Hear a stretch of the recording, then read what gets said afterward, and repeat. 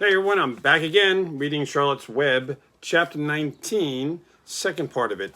And as we left off before on yesterday's chapter reading, Templeton had a great night on the town, or I should say the carnival and state fair, and he went to sleep pulling some straw over his eyes.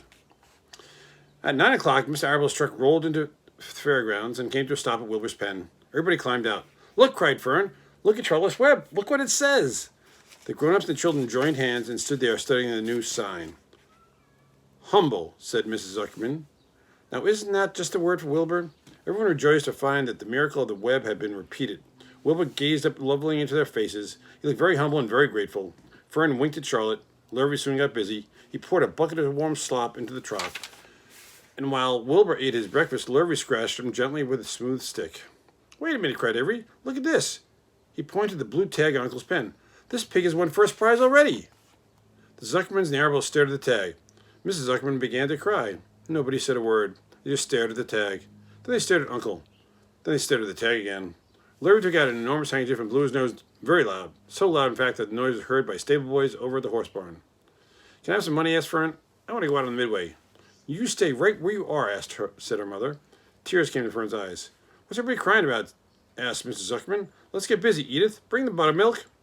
Mrs. Zuckerman wiped her eyes with her handkerchief, and she went to the truck and came back with a gallon jar of buttermilk. "Bath time," said Zuckerman cheerfully. He and Mrs. Zuckerman and Avery climbed into Wilbur's pen. Avery slowly poured buttermilk on Wilbur's head and back, and as it trickled down to his cheeks and his sides, Mr. and Mrs. Zuckerman rubbed it into his hair and skin. Passers-by stopped to watch. Pretty soon quite a crowd had gathered. Wilbur grew beautifully white and smooth. The morning sun shone through his pink ears. "He isn't as big as that pig next door," remarked one bystander, "but he's cleaner. That's what I like." "So do I," said another one. "He's humble too," said a woman reading the sign on the web.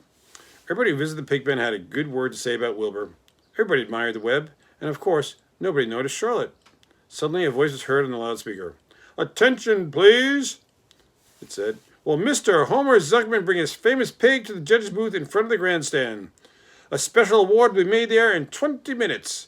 Everyone is invited to attend. Crate your pig, please, Mrs. Zuckerman, and report to the judge's booth promptly." For a moment after this announcement, the Arabels and the Zuckermans weren't able to speak or move. Then Avery picked up a handful of straw and threw it high in the air and gave a loud yell.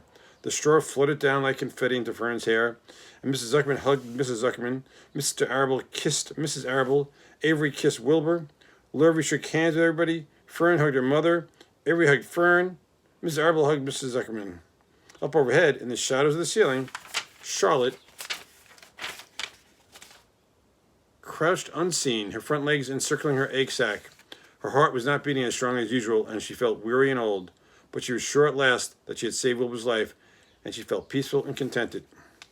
There's a picture of everybody hugging everybody.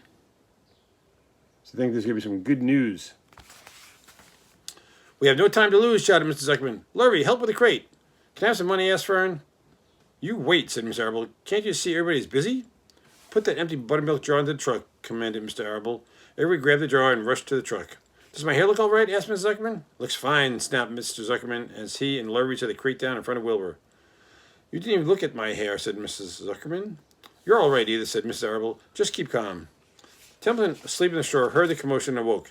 He didn't know exactly what was going on, but when he saw the men shoving Wilbur into the crate, he made up his mind to go along. He watched his chance, and when no one was looking, he crept into the crate and buried himself in the straw at the bottom. "All ready, boys?" cried Mr. Zuckerman. "Let's go." He and Mr. Arabel and Lurvy and Avery grabbed the crate and boosted it up over the side of the pen and up into the truck. Fern jumped aboard and sat on the top of the crate. She still had straw in her hair and looked very pretty and excited. Mr. Arabel started the motor. Everyone climbed in, and off they drove to the judge's booth in front of the grandstand. As they passed the Ferris wheel, Fern gazed up at it and wished she were in the topmost car with no one else but Henry Fussy at her side. That's the end of chapter 19. And we'll do chapter 20 tomorrow, The Hour of Triumph.